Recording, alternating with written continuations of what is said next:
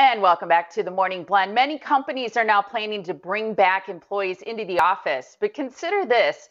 Studies now show that 7 out of 10 employees would like to continue working from home at least some of the time. So, what does the future look like when it comes to workplace flexibility? Beth Ridley was a long-term corporate executive. She is now the CEO of her own consulting company. She is also a leadership expert and workplace culture expert. Hey, Beth. Hi, good morning, Molly. Good morning to you. It's wonderful to see you. And I think one of the things we should say just right to begin with is that there's no one size fits all. So not every option and every solution is going to work for every company and every employee. Yeah, that's exactly right. I think there's a lot of stress and anxiety, both on the side of the employer and the employee, with what the new policies are going to be in terms of coming back to work. And you're right, like a lot of employees really got used to working at home and they like it. I will say a lot of this stems from just change. And as humans, change is stress inducing for us. So I think we're putting a lot of pressure on coming up with the right answer and policies that are going to stay in place forever. And I think we just have to take a step back and realize, we're all going through transition. We'll get through this just like we adapted to working at home. But there's a big range in terms of what the opportunities are around flexibility. It's not just come back permanently or stay home permanently. So how do you define workplace flexibility? So to me, flexibility, again, is on both sides, the employer and the employee both being willing to adapt based on current needs or as circumstances change. So in terms of workplace flexibility, then, what types of examples are you seeing of that you feel companies are actually embracing? Yeah, to me, the flexibility all comes down to people want a little bit more control over how to balance work and life. And they're also looking for more productivity. One of the things that people really appreciated being at home, for example, is that they could work without distraction.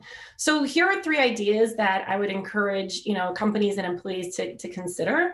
So one of them is just adjustable work schedules. And I did this. So this means that depending on your daily circumstances, you may need to arrive to work a little bit later or stay later or arrive earlier or leave earlier or something like that. So again, it's not you're all in or you're all at home.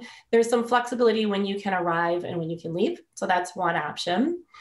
I think another option worth considering is condensed schedules. So that means somebody puts in a full, work week, but instead of spread over 5 days, maybe it's condensed to 4 days or 3 days. So you're getting the same amount of work done, but just condensed in a shorter time schedule. I did this also when my kids were young. I worked 4 days a week, longer hours during those days, but enabled me to have Friday off to spend more time with my child. And that worked for me at that time in my life. And then a third option to think about, and this one I think is easy to do that a lot of employees really appreciate, is meeting free zones. So again, one of the benefits of working at home is we had a little bit more control over head down work, being able to get work done without interruption.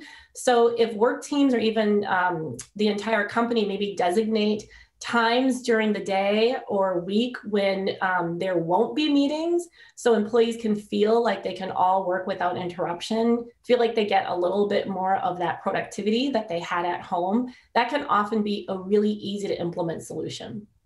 I like that idea. I think it's a great thought to have a certain block of time where you're not scheduling meetings because those do interrupt the flow of your work. And it seems like with many of those examples that you just gave, there are a lot of obvious benefits to employees. They want to feel like they can balance their life, but also contribute in meaningful ways to their company.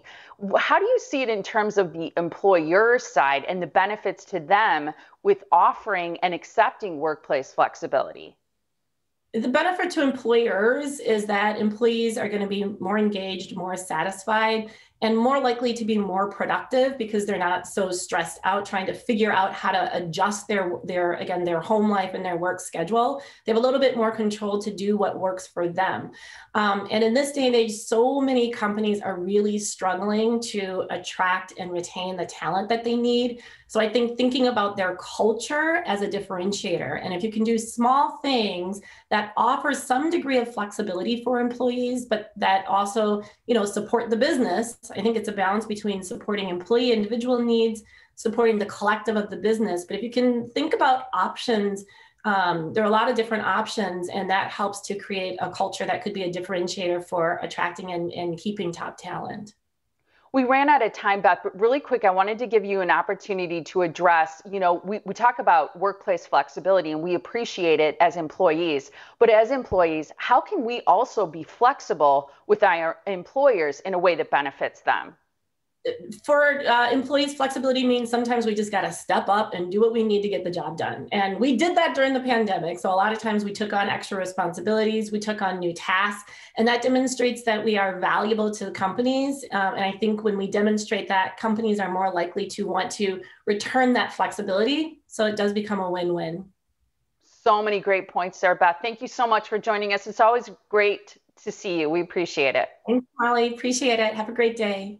You too. Really good information as we all return to work, and to help fill your workday with more belonging, joy, and meaning, which is what Beth helps people do, you can visit bethridley.com.